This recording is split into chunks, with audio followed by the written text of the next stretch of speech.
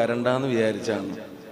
ഇതൊന്നും കാണാനുള്ള മാനസികമായിട്ടുള്ളൊരു കരുത്ത് എനിക്കില്ലാത്തത് കൊണ്ട് ഇവിടെ വരണോ വേണ്ടയോ എന്ന് ഞാൻ ഒരുപാട് ആലോചിച്ചതാണ്.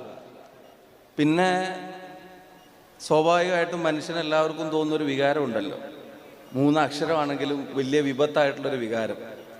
സത്യം പറഞ്ഞാൽ അസൂയ ബാധിച്ചിട്ട് വരണ്ട എന്ന് ആലോചിച്ചതാണ്. പിന്നെ ഞാൻ വന്നതിനൊരു കാരണമുണ്ട്. എനിക്ക് അസൂയയാണല്ലോ എന്ന് നജീബിന് മനസ്സിലാവുമെന്ന് പേടിച്ചിട്ടാണ് പിന്നെ ഞാൻ വരാൻ തീരുമാനിച്ചത്.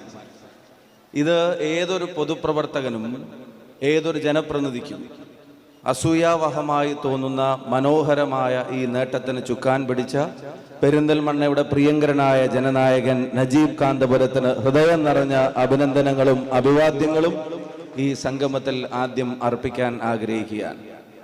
ആമസോണിലൊരു സാധനം നിങ്ങൾ ഓർഡർ ചെയ്താൽ അതിൻ്റെ ഒരു പാക്കേജ് നിങ്ങളുടെ തേടി വരും.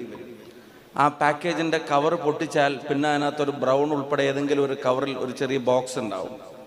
ആ ബോക്സ് നിങ്ങൾ പൊട്ടിച്ചാൽ അതിനകത്ത് ഇങ്ങനെ മടക്കി മടക്കി വെച്ചിരിക്കുന്ന അധികം പ്രാധാന്യം ചിലപ്പം ആളുകൾക്ക് കാണാത്ത ഒരു കടലാസ് ഉണ്ടാവും.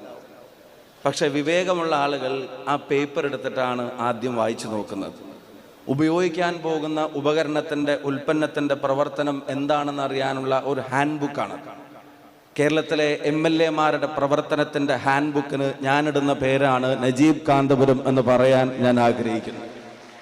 അതുപോലെ മനോഹരമായിട്ടാണ് ജനപ്രതിനിധിയായി തിരഞ്ഞെടുക്കപ്പെട്ട 1ാമത്തെ വർഷം തന്നെ ഈ സ്പീച്ച് പാലക്കാട്ടെ ആരെയും കേൾപ്പിക്കരുത് എന്നുകൂടെ ഞാൻ സാന്ദർഭികമായിട്ട് സൂചിപ്പിക്കാൻ ആഗ്രഹിക്കുകയാണ്.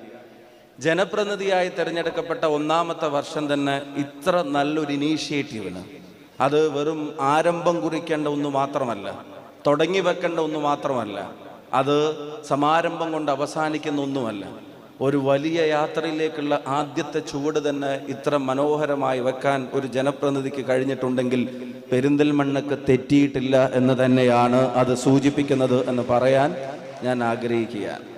ഞാൻ ദീർഘമായിട്ടുള്ളൊരു പ്രസംഗത്തിലേക്ക് കടന്നു പോകാൻ ആഗ്രഹിക്കുന്നു.